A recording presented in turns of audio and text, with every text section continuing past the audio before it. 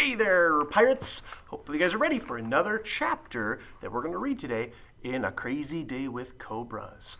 Now, think back last week on Friday when we read our last chapters.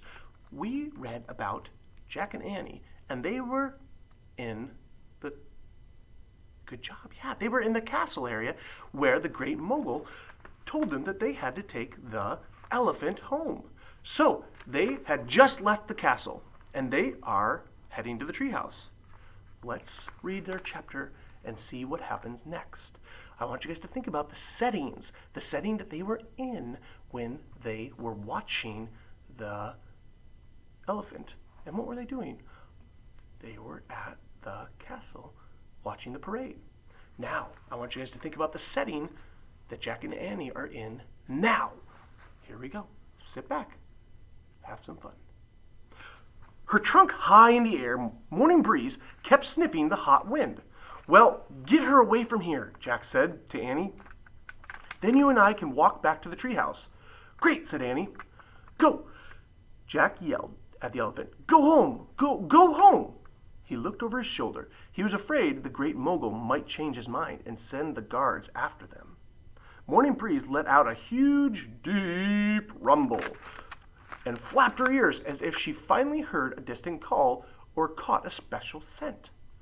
Her rubbing cries grew louder and louder. Roar! She lumbered away from the drawbridge of the Red Fort. Jack was sure the elephant would start down the street filled with horses and ox carts, but Morning Breeze headed up the other street, the one that went through the bazaar. No! Go the other way, cried Jack. The elephant began to run. Her flat oval feet thumped against the road as she headed towards the tents and the stalls of the bazaar. The street was crowded and merchants and shoppers, bearded men in colorful coats and women in outfits that completely hid their faces and bodies. Watch out, everyone! Annie cried as the elephant ran between the busy stalls. Everyone scrambled out of the way. Sorry! Oh, watch out! Sorry! Yelled Jack. Rogue elephant! A banana seller shouted. Sorry! Jack kept shouting. Morning Breeze knocked over the wooden poles that support the white tents. The tents collapsed into burlap bags filled with figs and rice and peas. She knocked over the baskets of lemons and oranges and pineapples. Angry merchants yelled and shook their fists. She's from the wild. She can't help it, said Annie. Sorry, guys. Oh, sorry again, Jack said. Morning Breeze pulled down hanging silk shawls and carpets with her trunk. The silk merchants shouted with rage. He and the other sellers grabbed sticks and charged at the elephant. Jack and Annie scrunched down in their small straw carriage. Hurry, go, Jack called to Morning Breeze. With the merchants all chasing after her, Morning Breeze bolted from the bazaar. She started down a narrow pebble road that soon became a dirt path. She left the bearded merchants shouting angrily in the dust. Morning Breeze kept running down the path, passing farms with small mud huts. Sheep and goats bleated and scuttled out of the way. Chickens and clucked and scattered about. Her bells jangled wildly. The elephant clomped past women and girls tending to outdoor cooking fires. She lumbered past the men and the boys, unloading hay from wooden carts. Hi, excuse us, Annie yelled, waving. Jack tried to smile as he clung to the sides of the swaying carriage on top of Morning Breeze.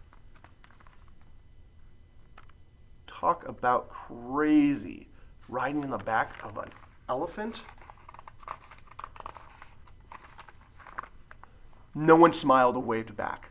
Everyone stared in shock as the elephant thundered by. Morning Breeze ran to the end of the dirt path. But she didn't stop there. She kept running, cutting her own path through a sun-scorched field.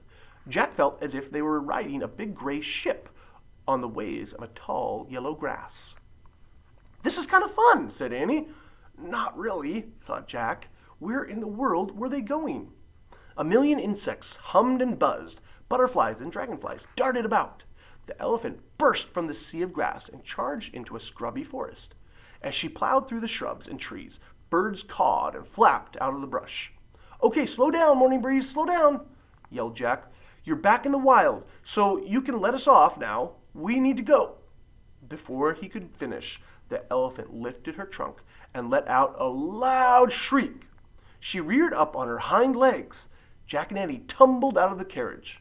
They slid down the elephant's back and fell to the ground. Morning Breeze shrieked again and tore away through the forest. Jack and Annie lay in the dirt. They heard the elephants trampling plants and crashing through the brush. They heard her bells jingling, jangling. Then the sounds faded away. Are you okay? Annie asked. Yep, said Jack, but that wasn't very polite of her. Annie laughed. Well, you asked her to let us off, she said. Yeah, but not dump us off, said Jack. He waved away the flies and slapped at the mosquitoes. He felt sweaty and thirsty and exhausted. I wonder how long it will take us to get back to the treehouse. I don't know. Let's just start retracing our steps, said Annie. Jack and Annie stood up and brushed the dirt off of their coats. Hey, where's your bag? Asked Annie. My bag?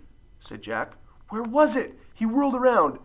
He was lying in the grass. There, he said. He hurried to his bag and picked it up. It was open. Oh, no. He reached in and pulled out their research book, the blue bottle, and Teddy and Kathleen's note. He searched frantically for the emerald rose. I don't believe it. The emerald's missing, cried Jack. It must have slipped out when we fell off Morning Breeze, said Annie. We'll find it, don't worry. It has to be here somewhere. Jack shoved everything back into his bag. Then he and Annie got down on their knees, hands and knees. Jack looked intensely in the forest undergrowth, the dried vegetation and sticks of clumps of dirt and rotten leaves. I can't believe this, said Jack. They had been so close to returning home, their mission done. Now they were stuck in the middle of nowhere, and the emerald rose was missing. I don't see it. It's not here. Maybe it fell out at the bazaar. Bingo, said Annie. Here it is. What? Where? Said Jack. There, Annie said, pointing. Jack saw it. The emerald rose glittered like a tiny green light in a small sunlit clearing. It was lying next to a mound of earth and dead leaves. Yes, said Jack. He and Annie scrambled to their feet and headed for the mound. But when they got closer, Annie grabbed his arm. Wait! There's something weird happening here, she whispered. Very weird. See? What? Where? What? Said Jack. Annie pointed to the mound. Something very weird was happening. The earth and leaves seemed to be moving. Then Jack saw speckled yellow bands and two shiny black eyes. Jack gasped. Oh no, he whispered. A king cobra. And that's the end of our chapter. Wow. All right, guys. So I hope you guys enjoyed that as much as I did. I want you guys to get out your journal entries, and I would love for you guys to illustrate and label the two, or how the setting has changed. Maybe draw a line down the middle, and on one side, draw a setting of maybe the bazaar. Yeah, good job. And then on the other side, draw a picture of the setting that Jack and Annie are in now. Maybe the setting could be the forest or the grasslands or a farm. That's kind of where they're at now. So draw the two different settings, and then I would love for you guys to write a sentence or two about them. All right, guys? So I hope you guys have a super fantastic day. Enjoy Monday, and don't forget, tomorrow is H for hats. So wear your favorite hat tomorrow, and I will catch you later. Adios.